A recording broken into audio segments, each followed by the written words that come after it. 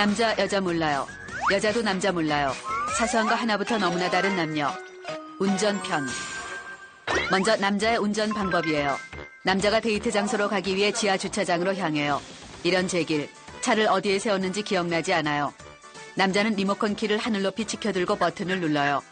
저 멀리서 뿅 하는 소리가 들려오지만 확실한 위치를 파악하기가 힘들어 리모컨 버튼을 마구 연타하며 소리를 쫓아요. 뿅뿅뿅뿅뿅뿅뿅. 점점 소리가 가까워지더니 아싸, 드디어 남자의 MR을 발견했어요. 차에 오르려는데 이런 씨, 운전석과 옆차의 사이가 너무 좁아요. 세상에 이런 똥매너가 어딨어요. 남자는 어쩔 수 없이 숨을 깊이 들이마시고 배를 최대한 등과 밀착시킨 후 좁은 사이를 비집고 들어가려다 포기해요. 이건 한민간이와도 통과할 수 없어요. 짜증이 솟구친 남자는 주차된 차의 바퀴를 신경질적으로 걷어차고는 조수석 문을 열고 들어가요. 낑낑대며 조수석에서 운전석으로 넘어간 후 시동을 거는데 이런 씨, 앞창에 대출 명함과 전단지가 마구 꽂혀 있어요. 와이퍼를 작동시켜 날려버리려 했으나 실패해요. 창문을 내리고 손을 뻗어보지만 닿지 않아요. 제기랄. 남자는 다시 낑낑대며 조수석으로 나가 신경질적으로 전단지를 뽑아 구겨버린 후 차에 올라요. 남자는 안전벨트를 맨 후 창문을 열고 왼쪽 팔을 살짝 올려놓은 후 한 손으로 운전대를 잡아요. 두 손으로 운전대를 잡는 건 초보들이나 하는 아마추어 같은 짓이라 생각하기 때문이에요. 손바닥을 쫙 펴서 핸들에 살짝 올려놓은 후 간지나게 핸들을 조작하며 지하 주차장을 빠져나가요. 도로로 나오면 남자는 자동적으로 신경이 날카로워지고 사소한 것에도 분노하는 터프가이로 변신해요. 평소엔 쓰지 않던 욕도 마구잡이로 쏟아져 나와요. 앞차가 천천히 가면 저런 스리랑카 십장생 같은 놈을 봤나? 그딴 식으로 운전하려면 자전거나 타고 다니지 왜 차를 끌고 나와? 라고 욕을 하고 너무 빨리 가면 에라이 시베리아 벌판에서 귤깔놈아. 그렇게 급하면 제트기를 타고 다니지 왜 차를 몰고 다녀? 라고 욕을 해요. 그리고 순전히 지밖에 모르는 이기적인 인간으로 변해요. 자신의 끼어들기는 그럴 수도 있지 뭘 크락션까지 울려대며 성질이냐 하다가도 자신의 앞으로 끼어드는 차만 보이면 미친 듯이 하이빔을 쏴대고 크락션을 마구 울려대요. 내가 하면 로맨스, 남이 하면 불륜이란 말이 떠올라요. 운전 중 남자가 가장 분노하는 경우는 바로 추월을 당했을 때예요. 왠지 모를 패배감에 기분이 상하고 입에선 저런 계산기 같은 시베리안 허스키를 봤나? 라는 육두문자가 자동으로 터져나오고 반드시 따라잡고 말겠다는 승부욕이 발동되기 시작해요. 남자는 미하엘 슈마허로 빙의의 고개 운전을 펼치며 반드시 추월해 저 겁없는 운전자에게 인생의 쓴맛을 보여주리라 다짐해요. 사고의 위기를 무수히 넘기고 드디어 앞차를 따라잡는데 성공하는 순간엔 세상을 다 가진 것처럼 행복해져요. 추월을 하는 순간 상대방을 향해 썩소를 지어주는 것도 잊지 말아야 해요. 이렇게 터프하기 그지없는 남자가 순한 고양이로 변하는 순간이 있어요. 바로 폭풍간지의 고급차가 앞에 있을 때예요. 스치기만 해도 엄청난 출혈이 있을 거라는 걸 알기 때문에 고급차 앞에만 서면 늘 작아져요. 반대로 가장 터프해질 때는 자신의 차보다 작고 저렴한 경차가 앞에 있을 때예요. 가끔은 경차의 특대 사이즈의 무시무시한 형님이 타 있을 수도 있으니 조심하기 바래요. 까불다가 인생 한 방에 훅 가는 수가 있으니 늘 겸손하게 안전운전하세요. 이렇게 이기적이고 인정이 사라진 풍경만 있는 것은 아니에요. 맞은편에서 오는 차들이 깜빡깜빡하며 하이빔을 날려줄 때가 있어요.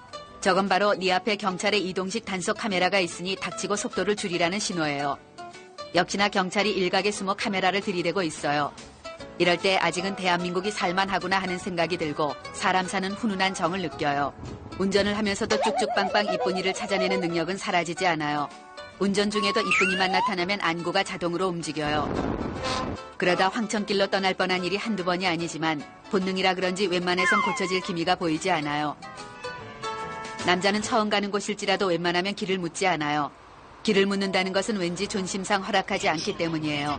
내비게이션이 있어도 자신의 감이 우선이에요. 하지만 대부분 내비의 말이 정답이기에 다시 돌아 나와야 하는 생고생을 수시로 반복해요. 그래도 남자는 절대 후회 따윈 하지 않고 자신의 개척정신 덕분에 새로운 길을 알게 되었다고 스스로를 위로해요.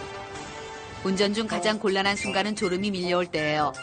아무리 정신을 차리려 노력해도 눈이 떠지질 않아요. 가끔씩 대하드라마 같은 스펙타클한 꿈을 꿀 때도 있어요. 잠을 깨기 위해 노래도 불러보고 허벅지도 꼬집어보고 뺨도 때려보지만 한 번 밀려온 졸음은 쫓기가 힘들어요. 그럴 땐 최후의 방법으로 엄지와 검지를 콧구멍에 쑤셔넣고 콧털 서너 개를 단칼에 잡아 뽑아요. 눈물이 핑 돌고 코가 뜯겨 나가는 것 같은 고통이 밀려오지만 일시적으로 잠에서 깨어나는 효과를 볼 수 있어요. 드디어 목적지에 도착했어요. 최대한 출구와 가까운 곳에 자리를 잡고 싶은 욕구에 사로잡혀요. 출구와 먼 곳에 자리가 있지만 패스해요. 주차장을 빙빙 돌며 자리를 찾아요. 아싸, 저기 빈자리가 있는 것 같아요. 이런 젠장, 경차가 숨어 있었어요.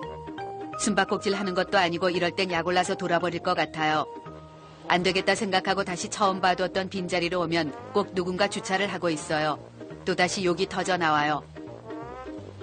한참을 빙빙 돌다 간신히 빈자리를 찾아냈어요. 그런데 공간이 아슬아슬해 보여요.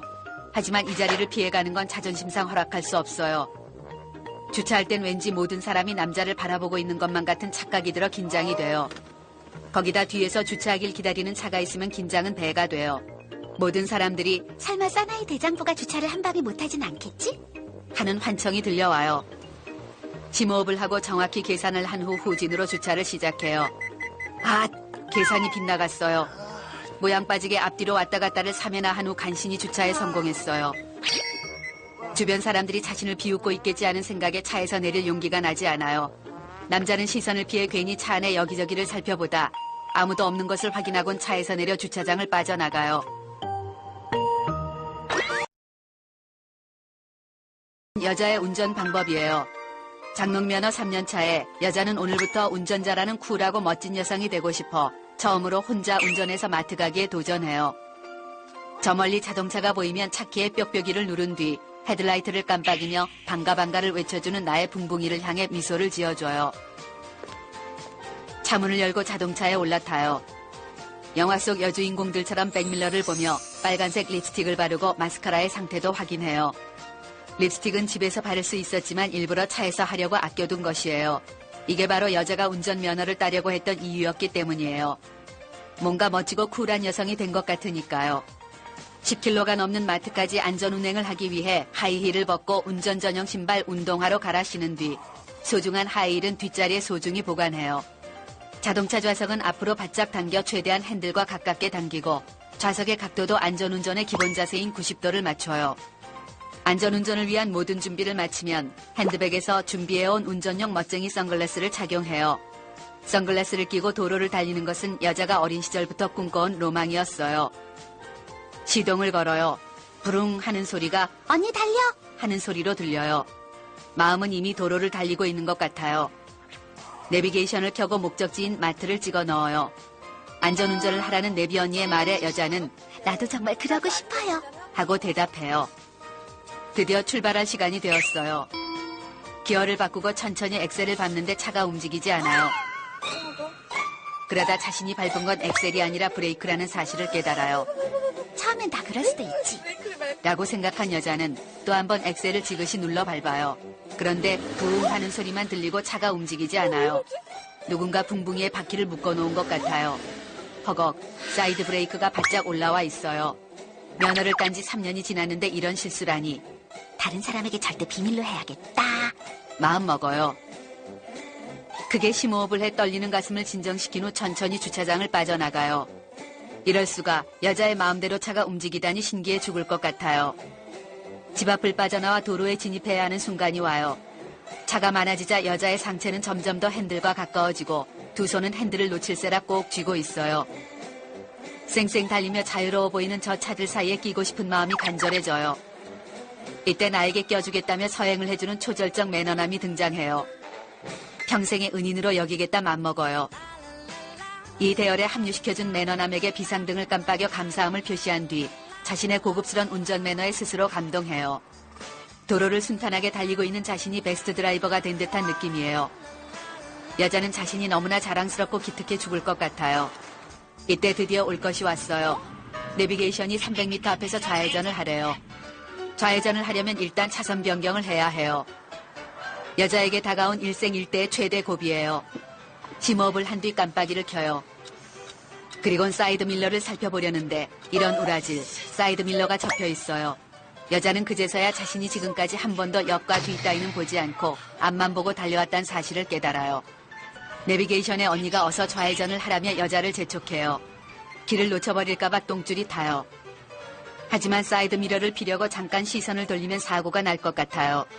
한참을 망설인 끝에 여자는 용기를 내 사이드미러를 펴보기로 해요. 한 손으로 핸들을 꼭 잡고 왼손으로 더듬거리며 창문을 열어요. 바람이 머리카락을 사방으로 흩트려 시선을 가리지만 필사적으로 팔을 뻗어 사이드미러를 펴는데 성공해요. 이제야 살 것 같아요. 하지만 이미 내비게이션 언니가 이야기해준 좌회전의 포인트는 놓친 지 오래예요. 이때 언니는 좌회전은 이제 됐으니 이번엔 또 우회전을 하래요. 오른쪽 깜빡이를 켜고 또다시 직진하기 시작해요. 내비 언니는 이번 기회를 또 놓치면 넌 이대로 북한까지 갈 수도 있다는 듯 우회전을 강요해요. 차선 변경도 못하는데 얼어 죽을 우회전은 무슨. 자꾸만 어려운 지령을 무책임하게 날리는 내비게이션의 언니가 비호감으로 느껴지기 시작해요. 그렇게 우회전이 하고 싶으면 네가 해보라고 소리 지르고 싶어요. 다시 한번 크게 심호흡을 한 뒤 차선 변경을 시도해요. 첫 번째 시도 실패해요. 일단 직진을 해요. 두 번째 시도 실패해요. 또 직진을 해요. 세 번째 시도 역시나 실패해요. 쭉 직진을 해요. 이렇게 직진만 하다가 정말 지구는 둥그니까 온 세상 사람들을 모두 만날 것 같은 불안감이 엄습해와요. 이제 죽기 아니면 까무러치기예요. 직진하다가 죽나 끼어들기를 하다가 죽나 매한가지라는 생각이 들어요. 깜빡이를 켜고 과감히 핸들을 꺾어요. 올레! 드디어 끼어들기에 성공했어요. 해보니 별것 아니네요. 한 번의 차선 변경을 위해 10분을 돌아온 것이지만 처음 치고 이건 굉장히 양호한 성적이라고 생각해요. 여자는 이제야 조금 도로 상황에 적응했다는 느낌이 들고 운전에 대한 자신감도 약간 회복해요. 그런데 자꾸 빵빵하는 크락션 소리가 시끄럽게 들려와요. 매너 없게 저게 뭐하는 짓인지 몰라요. 시끄럽긴 하지만 길을 찾는데 갈 길이나 가기로 결정해요. 사실은 그딴 거에 신경 쓸 여유가 전혀 없어요. 그때 거친 남자 운전자가 창문을 열고 운전을 왜 그따위로 해, 이 삐리리야. 차선을 2개나 쓰면서 가고 있잖아, 이 삐리리야. 라고 소리를 질러요. 여자도 모르게 차선을 2개나 쓰고 있었나 봐요. 별것도 아닌 거 가지고 성을 내는 아저씨의 더러운 운전 매너에 울컥 우라가 치밀지만 저 아저씨의 차를 쫓아갈 수 없어 그냥 용서하기로 해요. 드디어 목적지인 마트에 도착했어요. 이제야 살았다고 생각한 여자는 안도감에 눈물이 날 것 같아요. 이제 마지막 관문까지 통과한 것 같아요. 그런데 오 마이 갓, 산 넘어 산이에요. 주차가 남은 걸 잊고 있었어요. 아빠가 알려주신 주차하기 공식을 떠올리며 차를 앞쪽으로 쭉 뺐다가 허리를 꺾고 뒤를 돌아보고 주차를 시도해보지만 차는 내 마음대로 움직여지지 않아요. 이번엔 차를 뒤로 쭉 빼 다시 주차 공간으로 들어서 봐요. 그러나 이것도 역시 역부족이에요. 앞도 보고 뒤도 보고 옆도 살펴봤지만 사실 여자는 뭘 어떻게 해야 이 커다란 차를 저 조그만 공간에 넣을 수 있을지 전혀 모르겠어요. 고진을 할 때 꺾어야 하는 핸들 방향이 헷갈려 답답해 죽을 것만 같아요. 차를 버려버리고 싶은 충동이 용솟음 쳐요. 차를 앞뒤로 수십 회 오고 간 결과 드디어 자동차가 선 안에 들어가긴 한 것 같은데 이런 씨, 주차장 기둥에 차를 박고 말았어요. 여자는 상태를 확인하기 위해 차에서 내려 살펴봐요. 살짝 긁히긴 했지만 못 쓸 정도는 아니네요. 다시 차에 올라타 차를 한 번 더 빼요. 또 박았어요. 다시 빼요. 또 박아요. 또 빼요. 역시나 박았어요. 이렇게 여자의 차가 만신창이가 되었어요. 하지만 여자는 주차를 포기할 수 없어요. 그렇게 15분이 흘러요. 아싸 가오리, 드디어 주차에 성공했어요. 차가 좀 망가지긴 했지만 그래도 살아남은 게 어디예요. 운전으로 받은 스트레스를 풀기 위해 마트로 들어서려는데 오 마이 갓, 핸드백을 차 안에 두고 내렸나 봐요. 차로 다가가 차키를 찾는데 이런 된장, 차키를 차 안에 꼽아둔 채 그냥 내렸네요. 여자는 눈물을 글썽이며 다음부턴 그냥 대중교통을 이용하기로 맘먹어요. 이런 된장, 사소한 거 하나부터 차키를 차 안에 꼽아둔 채 그냥 내렸네요. 여자는 눈물을 글썽이며 다음부턴 그냥 대중교통을 이용하기로 맘먹어요. 사소한 거 하나부터 너무나 다른 남녀 생활을 심층적으로 탐구해보는 남녀 탐구생활 보너스 타이어 펑크 편. 먼저 남자의 타이어 펑크 시 행동이에요. 길가에 차를 주차하고 차에서 내려 바퀴를 확인해요. 이런 된장, 고추장, 쌈장. 경험으로 미루어 보아 이거는 빵꾸가 확실해요. 남자는 갑자기 5만 가지 생각이 떠올라 머리가 복잡해져요. 긴급 출동 서비스를 부를까 말까. 몇 번밖에 사용할 수 없는 긴급 출동 서비스를 썼다가 나중에 정말 필요한 순간에 써먹지 못하는 건 아닐까. 장고 끝에 남자는 자신의 쥐뿔만한 자존심을 지키기로 결심하고 직접 타이어를 갈아 끼우기로 결심해요. 트렁크를 열고 커버를 연 후 스페어 타이어를 꺼내요. 맥가이버로 빙의해 타이어 교체 작업을 실시해요. 오랜만에 해보는 거라 무지하게 힘이 들어요. 너트는 우라지게 뻑뻑하고 타이어는 어찌나 무거운지 힘들어 돌아가시겠어요. 거기다 낑낑대며 제키를 연락에 돌리다 손까지는 상처를 입어요. 검댕이 7번벅이 되고 육수가 줄줄 흘러요. 한참을 낑낑대는데 펑크난 차 한 대가 남자의 차 뒤에 정차해요. 정차한 차에 남자가 긴급 출동 서비스를 호출해요. 남자는 사나이가 빵꾸 따위로 긴급 출동을 호출하다니 에라이 쪼다야 하듯 썩소를 날려줘요. 스스로 타이어를 간다는 뿌듯함에 힘든 줄도 모르겠어요. 그런데 잠시 후 타이어 교체 작업의 반도 끝나지 않았는데 뒷차가 신청한 긴급 출동 서비스가 도착했어요. 총처럼 생긴 기계로 단번에 너트를 풀어내고 신기에 가까운 속도로 타이어를 갈아 끼워요. 순식간에 작업은 끝나고 뒷차의 남자가 떠나가요. 그때 남자는 떠나가는 남자가 자신을 향해 썩소를 던지는 것을 목격해요. 간다. 도대체 난 지금까지 무엇을 하고 있었던 건가 하는 생각에 급 우울해져요. 그래도 난 스스로 문제를 해결하기 위해 최선을 다했으니 후회는 없다는 자기 위로를 해보지만 완전 김샜어요. 다음부턴 사서 고생하지 말고 긴급 출동 서비스를 불러야겠다 맘먹어요. 다음은 여자의 타이어 펑크 시 행동이에요. 잘 굴러가던 여자의 자동차가 푹 하는 소리와 함께 털썩거리며 상하 운동을 시작해요. 여자는 공포감에 휩싸여 차를 세워 살펴요. 이런 우라질레이션. 타이어에 빵꾸가 났어요. 여기서 정비소도 멀고 타이어 가게도 멀리 있는데 완전 엿됐어요. 여자는 빵꾸가 난 타이어를 해결하기 위해 뭔가를 해볼까 하다가 10초도 되지 않아 자신은 아무것도 할 수 없다는 걸 깨달아요. 친오빠에게 SOS를 쳐요. 오빠가 타이어 가는 건 여자의 화장법보다 100배는 단순한 일이라며 한번 갈아보래요. 내 차에 타이어 없단 말이야. 여자는 새 타이어가 없다며 가는 건 내가 갈 테니 오빠에게 타이어를 하나 사다 달라고 부탁해요. 오빠가 답답하다는 듯 차에는 모두 예비 타이어가 있으니 트렁크 열어 확인해 보래요. 트렁크를 열어봐요. 트렁크에는 여자의 구두, 우산, 그리고 엄마에게 혼날까봐 집에 가지고 들어가지 못한 쇼핑백들만 자리 잡고 있어요. 여동생이 타이어가 없어 도로에서 늙어 죽게 생겼는데 이렇게 무심하다니. 오빠와의 30년 우애가 모두 물거품이었음을 깨달아요. 이건 부르면 30분 내 와준다는 자동차 보험 광고가 사실인지 확인할 기회예요. 보험회사에 전화를 걸어 타이어가 빵꾸나 도로 위에 고립되어 있으니 타이어 하나만 사다가 갈아달라고 부탁해요. 잠시 후 서비스 아저씨가 와요. 여자는 아저씨가 새 타이어를 가져오길 기대했는데 아저씨의 손이 텅텅 비어 있어요. 뭐지? 지금 내가 여자 운전자라고 무시하는 거야? 빈손에 서비스 아저씨를 본 여자는 뚜껑이 열리기 시작해요. 나에게 인사하는 아저씨에게 타이어는 어디 갔냐고 따져 물어요. 이때 아저씨가 트렁크로 다가가 없었던 타이어를 뿅 하고 나타내는 마술을 보여줘요. 데이빗 카퍼필드의 기차를 옮기는 마술보다 더 어메이징하고 스펙터클한 마술이에요.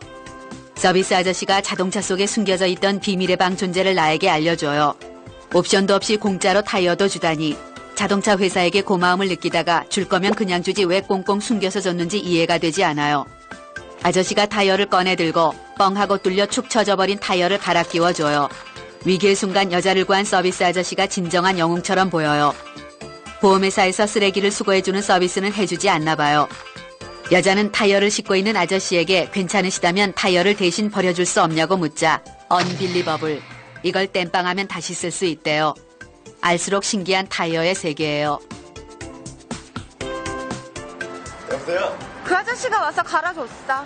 근데 오빠, 내 차에도 타이어 있더라? 대빨 신기해. 원래 타이어 있어.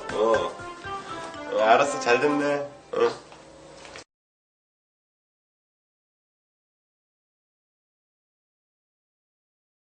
사소한 거 하나부터 너무나 다른 남녀 생활을 심층적으로 탐구해보는 남녀 탐구 생활 방구 특이편. 먼저 여자의 방구 트는 방법이에요. 남친과 영화를 본 여자는 엘리베이터를 타자마자 뱃속에서 부글거리는 가스의 존재를 감지해요. 영화를 보면서 다량 섭취한 콜라와 팝콘 때문일 거라 생각하지만 이미 후회해도 때는 늦었어요.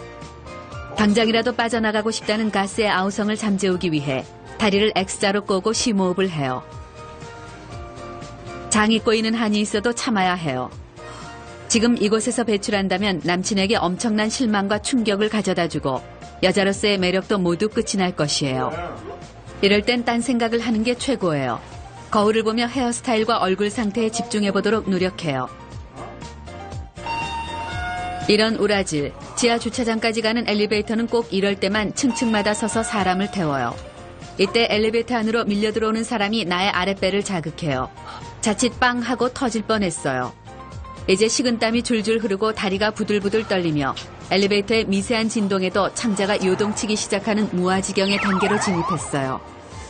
남친에게 애써 웃어 보이며 이 상황을 최대한 숨기도록 노력해요. 하지만 점점 하늘은 노래지고 정신줄 놓기 일보 직전이에요. 이 위기만 넘길 수 있다면 악마에게 영혼이라도 팔 수 있을 것 같아요. 그때 하늘이 도우셨어요. 가스가 뱃속으로 재흡수되는 기분이 들어요. 몇 분은 더 견딜 수 있을 것 같아요. 엘리베이터에서 내린 여자는 차로 걸어가는 길에 어떻게든 재흡수된 가스를 몸 밖으로 내보낼 기회를 엿봐요. 화장실에 다녀오겠다는 말을 하려다가 남친이 혹시 응가하러 가는 거라 오해할까봐 포기해요. 이런저런 고민을 하는 사이 얼떨결에 남친의 차에 타요. 겨우 진정은 되었지만 여전히 묵직한 기분이 드는 아랫배가 불안해요. 아니나 다를까 남친이 차를 출발하자마자 다시 느낌이 와요. 눈치 없는 남친이 웬 땀을 이렇게 흘리냐며 에어컨까지 빵빵하게 틀어줘요. 에어컨이 나의 장을 다시 자극하기 시작해요.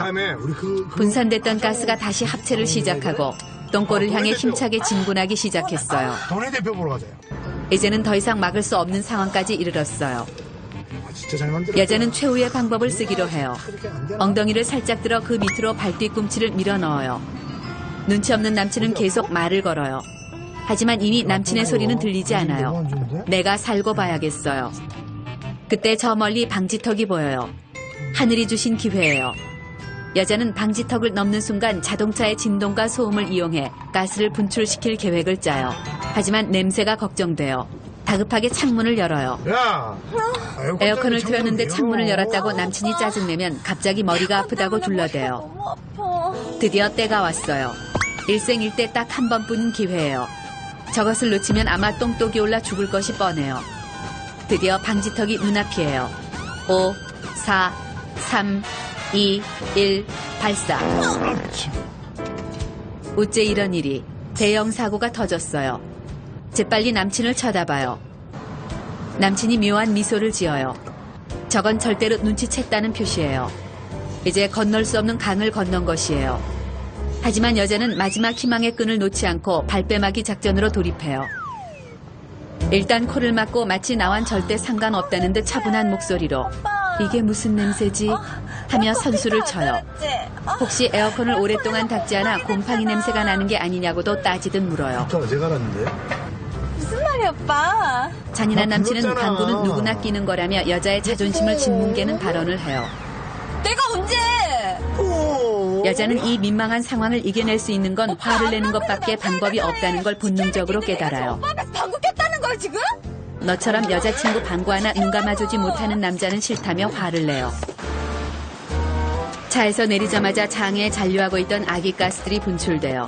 뿡뽕 뿡뿡 뿡. 이제 살 것 같아요. 남친이 황당했는지 바로 쫓아오네요. 지금부터가 핵심이에요. 이건 살인과 맞먹는 중범죄라며 남친을 궁지로 몰아요. 일단 남친을 죄인으로 몰아야 해요. 감정을 극도로 끌어올리고 눈물까지 살짝 글썽이며 어떻게 나한테 이럴 수가 있냐며 남친을 궁지로 몰아요. 당황한 남친은 자신이 큰 죄라도 저지른 듯한 착각에 빠져요. 그때 더욱 몰아쳐 남친에게 정중한 사과를 받아내고 다시 방구를 껴도 모른 척하기로 하는 약속을 받아내요. 눈치가 없네 나는. 짜지? 그 후 마지막으로 한 번만 봐준다는 듯 새침한 표정을 지으며 도도하게 차에 올라요. 이제는 또다시 이런 불상사가 생겨도 아무 걱정 없어요. 지금까지 여자의 방구특이였어요. 다음은 남자의 방구특이에요. 오랜만에 여친과 함께 공원에 나온 남자의 아랫배에서 비상을 알리는 격렬한 신호가 와요. 신호의 강도로 보아 무시무시한 향기를 간직한 놈인 것 같아 두렵기까지 해요. 만난 지 일주일밖에 안 된 여친과 방구를 트기엔 너무 빠른 것 같아 일단 참아보지만 얼마 버티지 못할 것만 같아요. 똥꼬에 힘을 주고 콧노래도 불러보지만 가스는 거대한 쓰나미가 되어 항문을 열려고 아우성쳐요. 급한 마음에 엉덩이를 손으로 틀어막아요. 터지는 건 이제 시간 문제예요. 잠시 여친 옆을 벗어나는 것이 현명하겠어요. 커피를 사오겠다고 작전을 펴요. 커피 사올게. 나 커피 있는데. 엿됐어요. 눈치도 더럽게 없는 여친이 가방에서 캔커피 2개를 꺼내네요. 빠져나갈 방법이 없어요. 벌써 항문의 틈이 살짝 벌어지는 느낌이에요. 안 되겠어요. 언제 터도 틀 거 빨리 방구를 트기로 결심해요. 한 번이 어려워 그렇지 성공만 하면 편리하고 실용적인 항문 하이패스를 발급받을 수 있어요. 결심을 한 남자는 정신을 집중하고 똥꼬의 힘을 살짝 풀어놓아요. 뒤이어 구수한 두엄 냄새가 반경 1m 안을 가득 채워요. 여친이 황당한 표정으로 바라보자 남자는 귀여운 표정을 지으며 V를 그려요. 역시나 빵 터지네요. 여친이 좋아할 줄 알았어요. 여친의 미소를 보자 남자는 더욱 자신감이 생겨요. 이제 쐐기를 박을 시간이에요. 정신을 집중하고 못다 내보낸 엑기스를 분사해 손에 움켜쥐고는 여친의 입에 먹이고 깔깔대며 도망을 쳐요. 남자는 여친이 짜증나는 표정을 짓지만 속으론 재밌어한다고 확신해요. 스스로 생각하기에도 정말 센스 만점의 귀여운 장난이었다며 만족감에 빠져요. 차라리 개그맨을 할까 하는 생각에도 잠시 빠져봐요. 이제 언제 어디서든 여친 앞에서 가스를 방출할 수 있다는 생각에 기분이 날아갈 듯해요.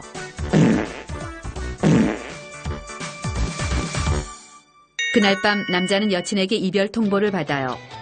여전히 사태 파악을 하지 못하는 남자는 단문자를 보내요. 진상, 밉상, 화상. 오빠, 아빠, 삼촌. 여자들은 그런 유치하고 더러운 장난 정말 싫어하다 못해 저주해요. 여친 앞에서 쿨하게 방구 끼는 건 센스 있는 장난이 아니라 헤어지는 지름길이란 거 명심하세요. 저 너무나 다른 남녀 생활을 심층적으로 탐구해보는 남녀 탐구 생활 보너스. 대중교통 이용 시 예상치 못한 복통이 찾아왔을 때 편. 먼저 남자 탐구 생활이에요. 출근하는 남자가 버스 창가 쪽 자리에 앉아 졸고 있어요. 그런데 그때 뱃속에서 우르륵 꽝꽝 꾸르르르륵 하는 굉음과 오장육부가 뒤집어진 듯한 복통이 밀려와요. 눈이 번쩍 떠지고 불길한 예감이 들기 시작해요. 엥. 위장 안에서 엄청난 위력의 메가쓰나미가 형성되어 순식간에 똥꼬를 덮쳐올 거라는 비상경보가 울리기 시작해요. 어젯밤 출출한 배를 달래기 위해 먹었던 라면 2개와 유통기한이 살짝 지난 샌드위치, 그리고 입가심으로 먹은 고구마 5개가 원인인 것 같아요. 거기다 이 버스는 직장인 출근 전용 버스로 일산에서 강남까지 무정차로 달리는 직통버스예요. 이건 아주 절망적이고 무서운 상황이에요. 점점 숨이 가빠오고 이마에 땀이 송글송글 맺혀요. 벌써 위장 속의 메가쓰나미가 12지장을 통과해 대장까지 덮쳐오는 기분이에요. 똥꼬까지 도달하는데 남은 시간은 길어야 5분. 5분 안에 해결책을 찾지 못하면 이 버스 안은 차마 눈뜨고 볼 수 없는 아비규환의 상태에 빠질 것이 분명해요. 아가씨! 이 아가씨 정말! 똥 쌌어! 하지만 내려달라고 말할 용기는 절대 없어요. 일단 참는 데까지 참아보기로 해요. 이런 비상사태엔 딴 생각이 최고예요. 오늘 할 일이 뭐더라. 우선 출근한 후 거래처로 가서 화장실. 오 마이 갓. 다 필요 없어요. 가장 급한 일은 화장실을 찾는 것뿐이에요. 전신에 오한이 나고 손발이 부들부들 떨려요. 메가쓰나미가 똥꼬 근처에 도달한 게 분명해요. 콧노래를 흥얼거려 응가에 관한 생각을 떨쳐보기로 해요. 뽀삐 화장지. 오 마이 갓 지저스. 갈수록 정신이 혼미해지고 화장실, 변기, 휴지만 떠오를 뿐이에요. 화장실, 변기 생각이 떠오르자 좀 전보다 3배는 더 참기 힘들어졌어요. 그런데 갑자기 버스가 급정거를 해요. 아으아흡 하는 기합과 함께 전신의 기를 똥꼬로 모아 간신히 버텨냈어요. 그런데 버스의 급정거에 자극을 받은 메가쓰나미가 초울트라 기가쓰나미로 변신해 똥꼬를 향해 엄청난 속도로 돌격해오기 시작했어요.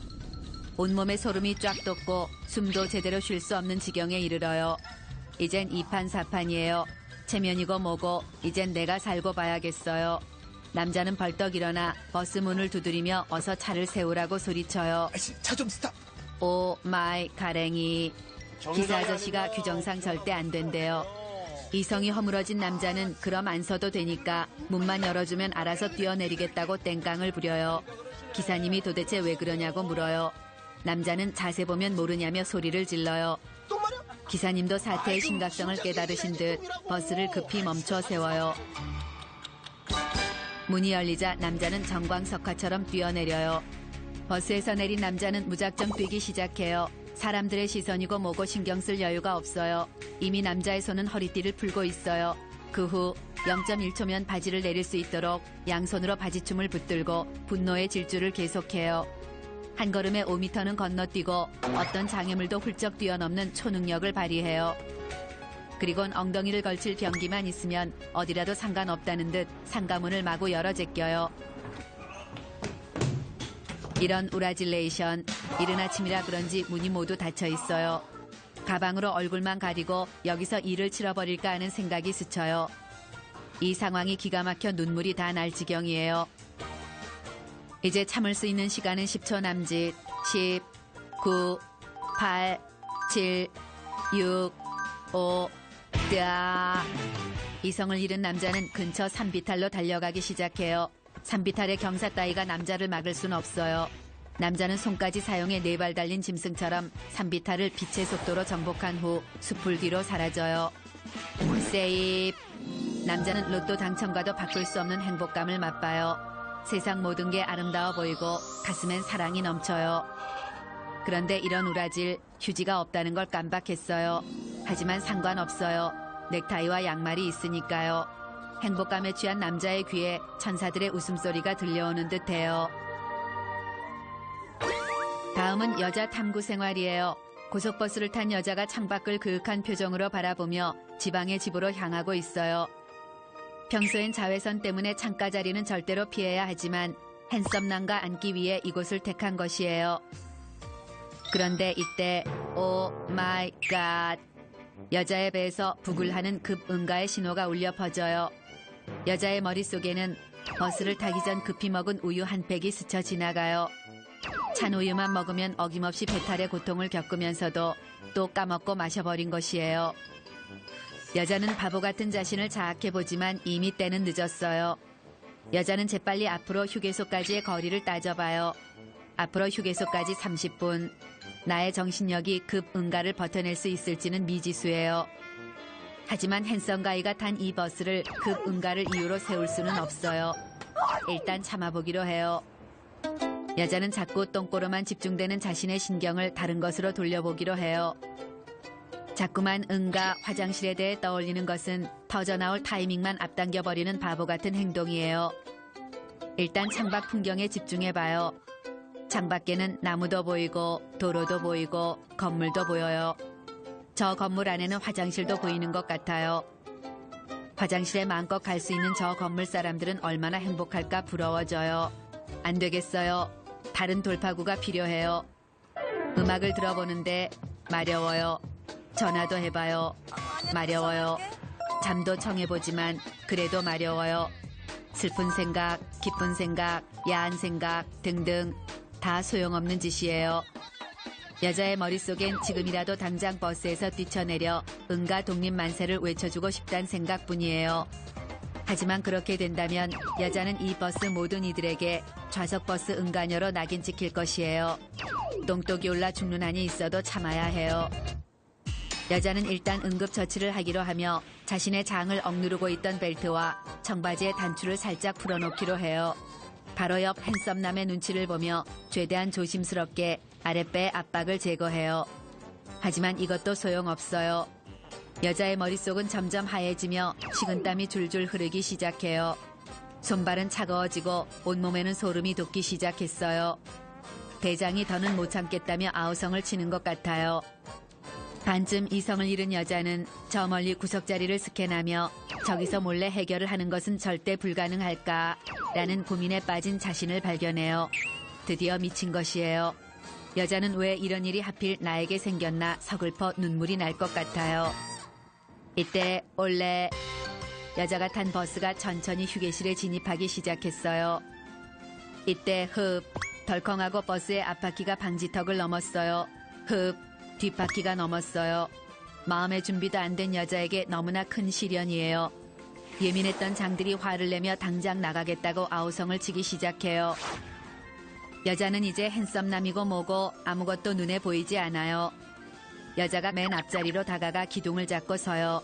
하지만 운전기사 아저씨는 느려 터진 니나노 거북이 운전을 하고 있어요. 여자는 자신도 모르게 거친 육두문자가 쏟아져 나와요. 여자는 당장 아저씨를 끌어내고 직접 운전대를 잡고 화장실을 향해 돌진하고 싶은 마음뿐이에요. 드디어 버스 문이 개방되었어요. 여자는 화장실로 향해 돌진하기 시작해요. 여자는 뒤뚱뒤뚱 걸으며 최대한 괄약근의 긴장을 놓치지 않도록 힘써요. 하나 둘 하나 둘 하나 둘 흑 오 마이 가랭이 한계예요. 더 이상 앞으로 나갈 수도 뒤로 갈 수도 없어요. 얼음이 된 여자가 필사적으로 똥꼬를 쪼여요. 그때 차 한 대가 빵빵대며 여자에게 비켜서래요. 움직일 수만 있다면 나도 그러고 싶다고 소리치고 싶지만 이미 그럴 기운조차 남아있지 않아요. 마지막 힘을 짜낸 여자가 조심스럽게 다시 발걸음을 옮기기 시작해요. 조금만 더, 조금만 더, 조금만 더 가면 자유의 화장실이야. 자신의 괄약근을 달래며 파이팅을 외쳐줘요. 여자가 드디어 화장실에 입성했어요. 다급히 빈칸을 찾아보는데 이런 우라질레이션 꽉 찼어요. 만땅이에요. 화장실 문을 뜯고 사람을 끌어내고 싶은 마음뿐이에요. 이때 막 화장실에서 나오는 여자가 보여요. 미쳐 나오지도 않은 여자를 밀쳐내고 다급히 화장실로 뛰어들어간 뒤 일단 앉아요. 우왕 굿이에요. 여자의 입에선 오묘한 신음소리와 함께 안도의 한숨이 내쉬어져요. 편안하고 이렇게 고마울 수 없어요. 김연아가 금메달을 따던 순간보다 더욱 행복한 순간이에요. 행복은 늘 우리 가까이에 있는 것이었나 봐요.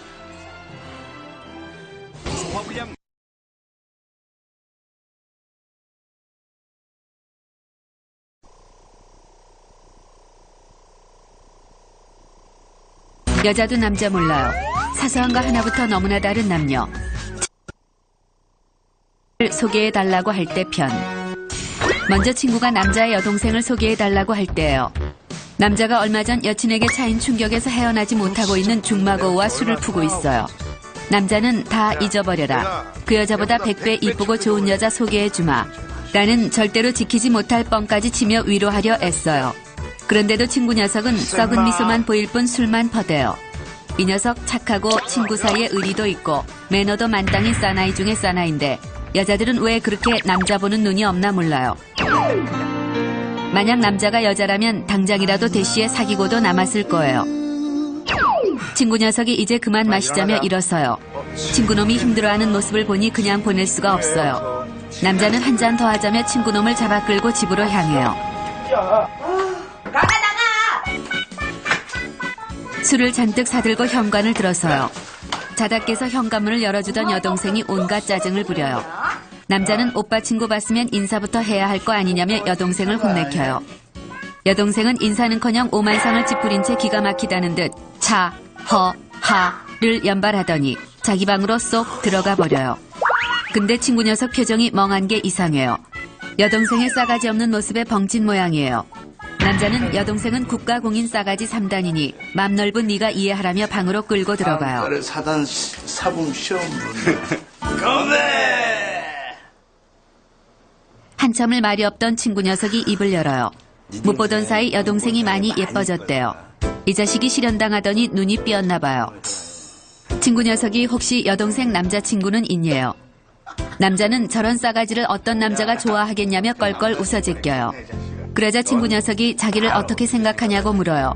남자는 갑자기 이게 무슨 아닌 밤중에 홍두깨 같은 소린가 싶지만 목숨보다 소중한 친구로 생각한다고 말해줘요. 그러자 친구 녀석이 진지한 표정으로 남자의 여동생에게 첫눈에 반했다며 소개해달래요. 아주 소개시켜주라. 기가 막힌 남자가 푸하하 웃으며 농담하지 말라고 다그쳐요. 농담하지 마. 그러자 친구놈이 눈빛으로 이글이글 레이저를 쏘며 레알 진심이래요. 오 마이 가슴이 벌렁벌렁. 일시키 진심인가 봐요. 머릿속에서 삐요 삐요 하며 비상신호가 울리기 시작해요. 동시에 방금까지만 해도 목숨보다 소중했던 친구 녀석이 초절정 비호감에 철천지 원수처럼 보이기 시작해요. 거기다 이 죽일 놈의 찬란했던 과거가 주르륵 떠올라요. 의리 있는 척 뻑하면 친구들 쌈에 끼어 주먹질을 하던 난폭한 성격. 매너 좋은 척하며 이 여자 저 여자에게 주파를 날리고 여자애들 눈에서 눈물을 꼽던 일, 화려한 주사 퍼레이드 등등. 아무리 자신의 여동생이 철이 없고 살짝 싸가지가 없다고 해도 이건 절대 안 될 일이에요. 남자는 말도 안 되는 소리는 나우로 타고 우주정거장 가서 하라며 펄쩍펄쩍 뛰어요. 아무리 목숨보다 소중한 친구지만 자신의 동생에게 눈독 들이는 것만큼은 절대 참지 못한다며 그딴 소리 또 하면 볼때기를 안드로메다로 보내주겠다고 소리쳐요. 친구 녀석이 우리 사이가 이 정도밖에 안 되냐며 섭섭하대요. 섭섭하긴 개뿔. 남자는 섭섭하다 못해 분노가 지붕을 뚫고 은하수를 들어 하이킥을 날릴 지경이에요. 남자는 입장을 바꿔서 얘기해보자며 만약에 내가 네 여동생이랑 사귀겠다면 허락하겠냐고 물어봐요. 내 여동생? 그러자 친구놈이 움찔하며 어버버거려요. 그건 아니지. 이럴 줄 알았어요. 지도 그건 절대 싫은 거예요. 술맛이 확 떨어진 남자는 당장 고호하라며 친구놈을 집에서 쫓아내요. 앞으로 영원히 우리 집 출입 금지며 만일 내 동생에게 접근하는 불행한 사태가 벌어졌다간 친구가 뭐고 그동안 갈고 닦은 불꽃 싸대기 100연 발에 이슬처럼 사라질 거라는 경고도 덧붙여줘요. 차라리 무시무시한 과거가 있더라도 남자가 전혀 모르는 놈이라면 상관없어요. 하지만 숨소리, 잠버릇을 비롯해 온갖 추악한 과거를 모두 알고 있는 친구 녀석이 내 소중한 여동생과 엮이는 건 눈에 콘크리트가 들어가는 한이 있어도 절대 안 될 일이에요. 시끄러워 진짜. 잠 좀 자자 잠 좀. 너 혹시나 저 자식한테 전화 오면 받지도 말고 바라 오빠한테 알려. 알았어? 알았어. 남자들의 뜨거운 우정도 피부치 앞에선 아무 소용 없어요. 누나 신발해줘.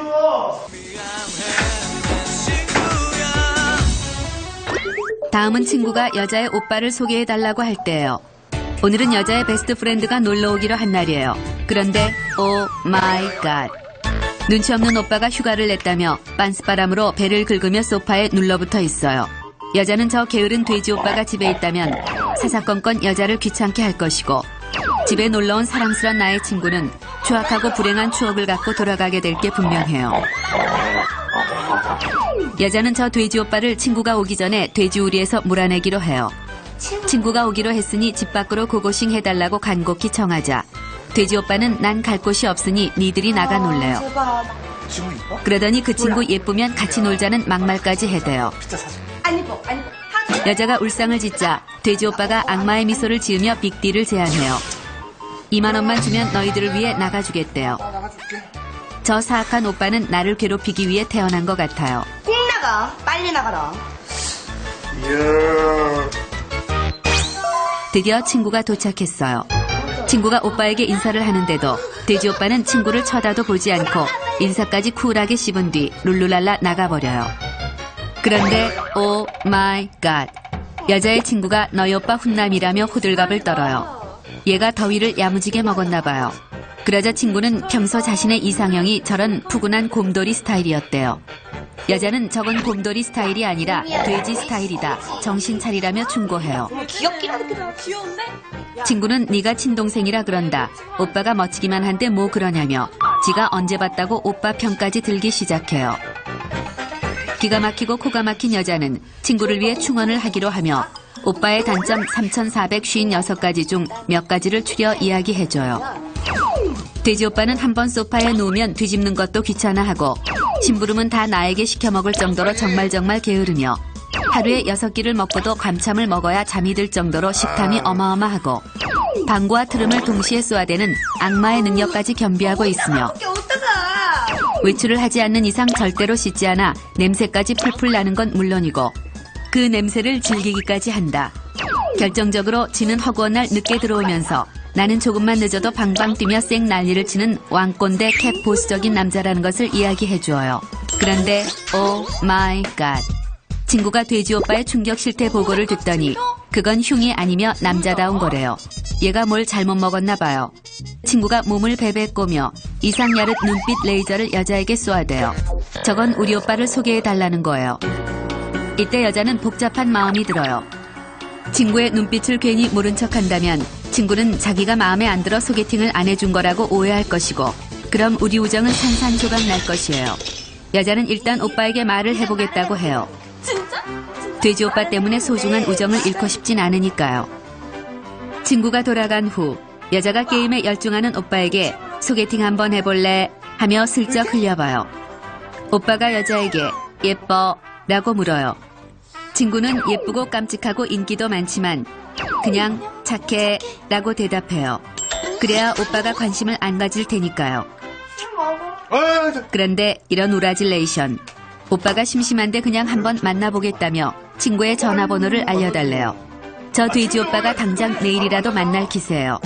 예상과 다른 오빠의 반응에 급 당황한 여자는 오빠와 친구의 소개팅이 잘 되었을 경우를 상상해봐요.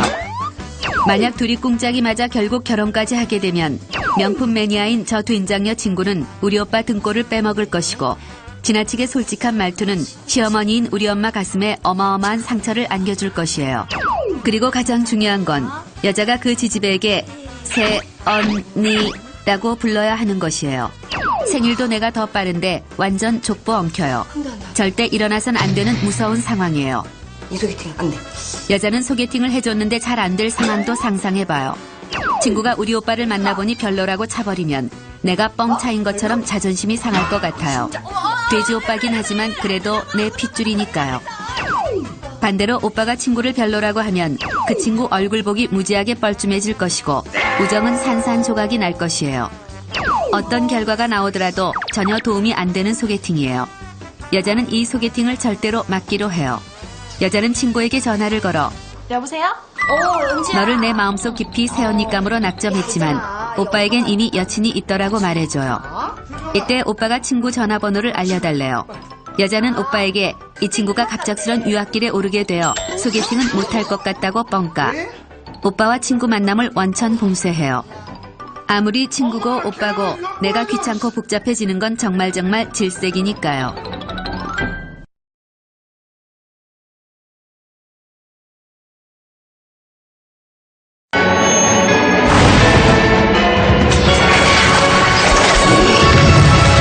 수학여행 갔을 때 행동이에요.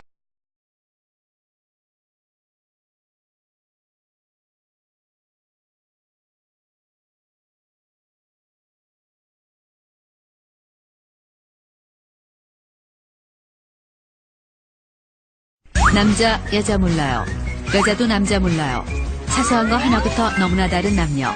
남녀 탐구 생활 수학여행 편. 먼저 남자의 수학여행 갔을 때 행동이에요. 수학여행 날마저 늦잠을 퍼잔 남자가 허겁지겁 집합 장소로 달려와요. 간신히 늦지 않게 도착한 남자가 친구들을 둘러보는데 헐, 꼬라지하고는 친구놈들 꼴이 가관이에요. 왁스 한 통을 통째로 발라 머리를 닭벼슬처럼 세운 놈. 주제 파악 못하고 빅뱅 패션으로 도배한 놈. 얼씨구 아버지 정장을 훔쳐입고 온 놈도 있어요. 여기가 방송국 오디션장인지 패션쇼장인지 모르겠어요. 자식들 수학여행 간다고 멋 좀 부린 모양인데 어설퍼요. 남자가 진정한 수학여행 패션이 뭔지 보여주기로 결심해요. 남자는 3박 4일 동안 아버지를 조르고 졸라 얻어온 열리는 선글라스를 짠하고 꺼냈어요.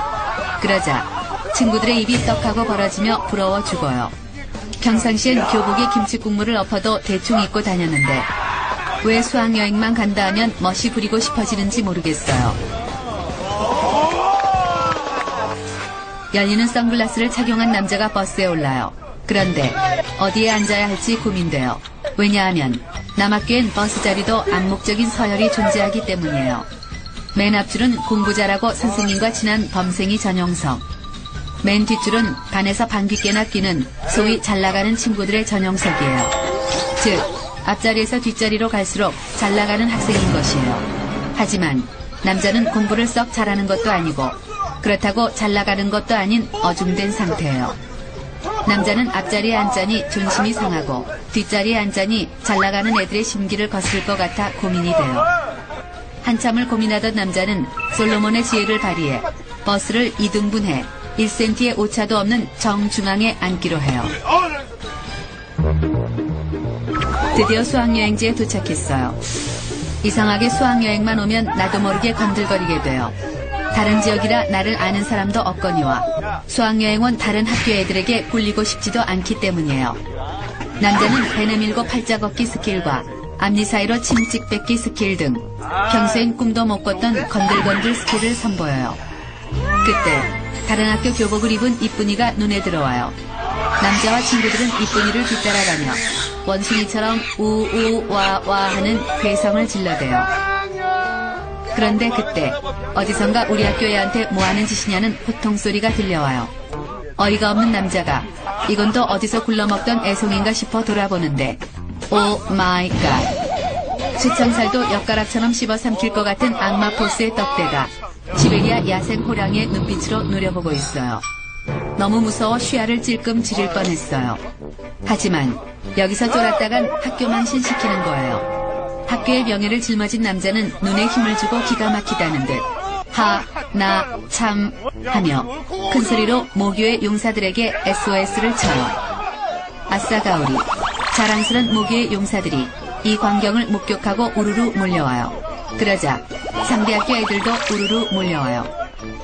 오 마이 갓, 사소한 눈싸움이 학교의 명예가 걸린 학교 대 학교 눈싸움 단체 매치로 발전해버렸어요. 이러다 싸움이라도 나면 뒷감당을 어찌해야 하나 싶어 걱정돼 죽을 지경이에요. 제발 쟤들이 그냥 순순히 물러나줬으면 좋겠어요. 그런데 그때 학생주임 선생님이 몽둥이를 들고 뛰어와요.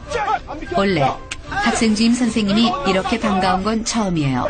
비빌 언덕이 생긴 남자들은 너도나도 학교장으로 빙의해 허공에 발차기를 날려대며 말리지 마라, 아오, 니들 운 좋은 줄 알아라, 선생님이 니들을 살렸다 등등 입으로만 나불나불대며 허세를 부려대요. 남자들의 단체 싸움은 늘 이런 식으로 흐지부지 끝나는 게 대부분이에요. 하지만 후배들에겐 수학여행지를 평정하고 왔다고 살짝 뻥까기로 해요. 빗방은 아마도 부풀려지고 부풀려지다 수학여행 대첩이란 무시무시한 전설로 남아 길이길이 전해질 거예요. 드디어 대망의 수학여행 첫날 밤이 되었어요. 선생님이 안 자고 떠들면 자기 싫은 걸로 간주하고 밤새 군대 체험을 시켜주겠다며 엄포를 놓고 나가요. 그러자 시체처럼 얌전히 누워있던 남자들이 벌떡 일어나요. 수학여행 첫날 잠을 잔다는 건 있을 수 없는 일이에요. 남자는 우선 잠든 놈들을 찾아가 매직으로 분장을 시켜줘요. 삐에로 분장, 컬보 분장, 조폭 분장, 여자 분장 등등. 고전적이고 유치한 장난이지만 안 하면 섭섭한 장난이에요. 그리고 깊게 잠들어 렘 수면에 진입한 놈들에겐 치약을 짜 눈 밑, 코 밑, 그리고 정말 아픈데 뭐라고 설명할 방법이 없는 곳 등 쓰라릴 수 있는 모든 부위에 골고루 발라줘요. 이래서 수학여행에서 먼저 자면 엿된다는 옛 선인들의 말이 있나봐요. 장난질이 끝나면 본격적인 밤샘 페스티벌이 시작돼요. 자체 사이키 조명을 위해 손목 스냅으로 형광등을 켰다 껐다를 반복하며 광란의 댄스 파티도 벌이고 수학여행의 꽃 베개 싸움도 해요. 그런데 그때 미확인 생명체가 남자 방에 들어와요. 남자들은 방에 침입한 미확인 생명체에게 이불을 씌운 뒤 무자비하게 두들겨 패요.